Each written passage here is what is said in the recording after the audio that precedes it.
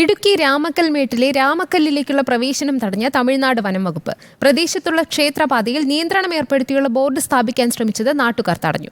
തുടർന്ന് റവന്യൂ വകുപ്പ് അധികൃതർ എത്തി സംയുക്ത സർവേയിലൂടെ അതിർത്തി നിശ്ചയിച്ചതിനു ശേഷം ബോർഡ് സ്ഥാപിച്ചാൽ മതിയെന്ന് തമിഴ്നാടിനെ അറിയിച്ചു. തമിഴ്നാടിന്റെ നടപടിയിൽ സംസ്ഥാന സർക്കാർ ഇടപെടണമെന്നാണ് നാട്ടുകാരുടെ ആവശ്യം. ഒന്നുമേ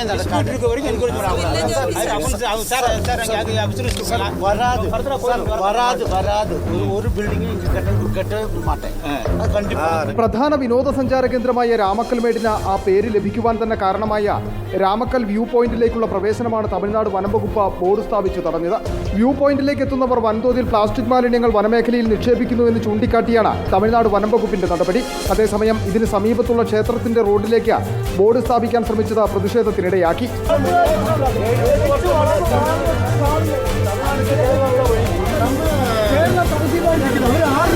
തുടർന്ന് ഉടുമ്പൻചോല തഹസിൽദാർ സ്ഥലത്തെത്തി.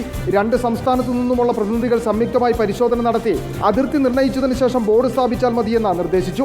ഇതോടെ തമിഴ്നാട്ടിൽ നിന്നെത്തിയ സംഘം മടങ്ങുകയും ചെയ്തു. വിവരം ജില്ലാ കളക്ടറെ അറിയിക്കുമെന്നും സർവേ നടത്തുന്നതിന് ശുപാർശ നൽകുമെന്നും തഹസിൽദാർ പറഞ്ഞു.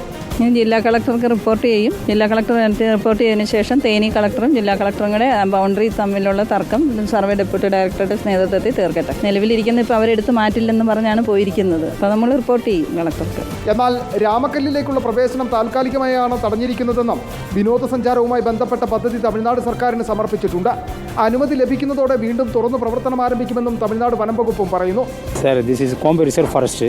அது வந்து இல்லீகல் டூரிசம் நடக்கிறதுனால இப்போ இதை க்ளோஸ் பண்ணிவிட்டு அடுத்து லீகலாக நாங்கள் செய்யலாம்னு இருக்கோம். Proposal we have sent to government. Proposal വന്ന പിറகு ലീഗലായി പണിക്കണം. ഏറ്റവും മനോഹരമായ പ്രദേശത്തേക്ക് തമിഴ്നാട് പ്രവേശനം നിരോധിച്ചത് രാമക്കൽമേട് വിനോദസഞ്ചാര മേഖലയ്ക്ക് തിരിച്ചടിയാകുമെന്നും വിഷയത്തിൽ സർക്കാർ ഇടപെടണമെന്നുമാണ് നാട്ടുകാരുടെ ആവശ്യം.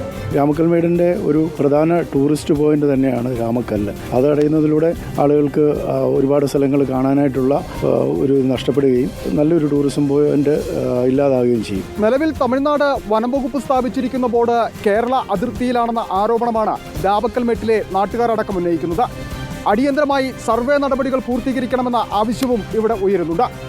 വീഡിയോ ജേർണലിസ്റ്റ് സന്തോഷ് ശേഖർക്കൊപ്പം reporter Sandeep Rajakkad, in reporter, Idukki.